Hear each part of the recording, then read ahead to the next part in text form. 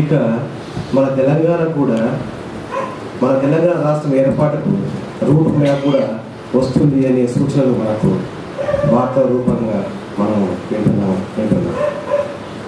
అదే సందర్భంగా మనకు విచిత్రమైన పరిస్థితులు కనిపిస్తూ ఉన్నాయి.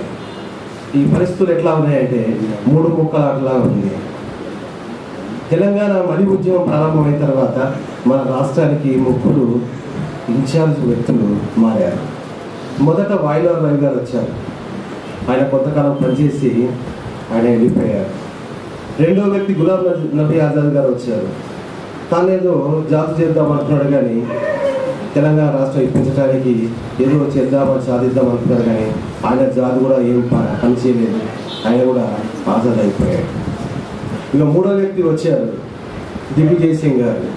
దిగ్విజయ్ సింగ్ గారు రాగానే ఆయన పేరులోనే విజయం అనే పదం ఉంది కాబట్టి మనం ఒక విజయం వరిస్తుందన్న ఆలోచన, విజయం వరిస్తున్న ఆశ చిగురించింది.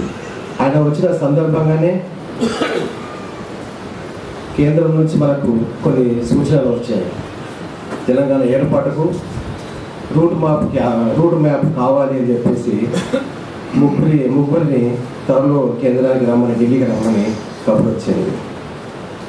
విచిత్రమైన పరిస్థితి ఏమిటంటే ఈ ముగ్గురు కూడా ముఖ్యమైన వ్యక్తులే. ఒకరు తెలంగాణ వ్యక్తి అయితే, ఒకరు పిసిసి ప్రెసిడెంట్ అయితే, ఒకరు ఈ రాష్ట్రానికి ముఖ్యమంత్రి. పిసిసి అధ్యక్షుల వారు రూట్ మ్యాప్ తీసుకొని ఢిల్లీ వెళ్ళకముందే ఒక గుళ్ళోకి పోయి మొక్కున్నాడు. ఏమని మొక్కున్నాడు? సమైక్యాంధ్రగానే ఉండాలి ఈ రాష్ట్రము అని చెప్పేసి తను ఆ గుళ్ళో మొక్కున్నాడు, ప్రార్థన చేశాడని చెప్పేసి మనం వింటున్నాం. ఇక మన ఉప ముఖ్యమంత్రి గారు దామోదర నరసింహ గారు ఉన్నారు. మా తెలంగాణ వాడు కాబట్టి తెలంగాణ కోరుకుంటాడు, తెలంగాణ రావాలని అభ్యాసం ఉన్నాడు కాబట్టి తను కూడా ఈ యాదగుట్ట నరసింహస్వామి దగ్గరికి వెళ్ళి తెలంగాణ రావాలని కోరుకుని ఉంటాడని చెప్పేసి మనం అనుకోవచ్చు. ఇక ముఖ్యమంత్రి గారు ఏం కోరుకుంటారో మనకు తెలియదు, ఏ దేవుని ఏం ప్రార్థిస్తాడో మనకు తెలియదు. ఈ ముగ్గురు రూట్ మ్యాప్ తీసుకొని కేంద్రానికి వెళ్ళకముందే ఈ పరిస్థితి మనకు ఏర్పడింది. వీళ్ళు రూట్ మ్యాప్ తీసుకుని వెళ్తారో తెలియదు, వీళ్ళు క్యాబులు పెట్టుకొని పోతారో మనకు తెలియదు.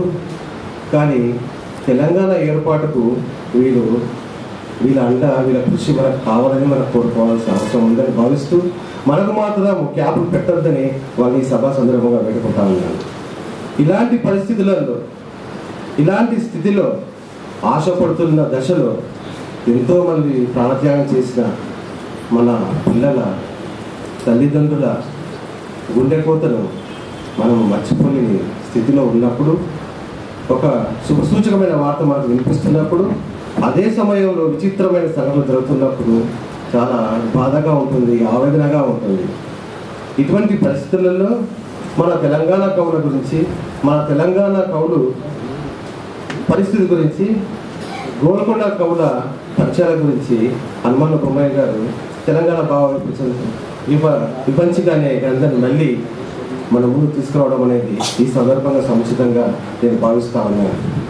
10 ఏళ్ల క్రితం 11 ఏళ్ల క్రితం వచ్చిన 2000లో వచ్చిన ఈ గ్రంథాన్ని మళ్ళీ పునరుద్ధరించి మన ఉద్యమకారులకు, ఉద్యమ కవులకు ఈ గ్రంథం ఉపయుక్తంగా ఉంటుందని, ఒక ఊతంగా ఉంటుందని భావిస్తూ హనుమన్న బొమ్మాయి గారిని ఈ సందర్భంగా అభినందిస్తూ ఈ అవకాశం ఇచ్చిన చంద్ర గారికి నమస్కారం తెలియజేస్తూ ముగిస్తున్నాను.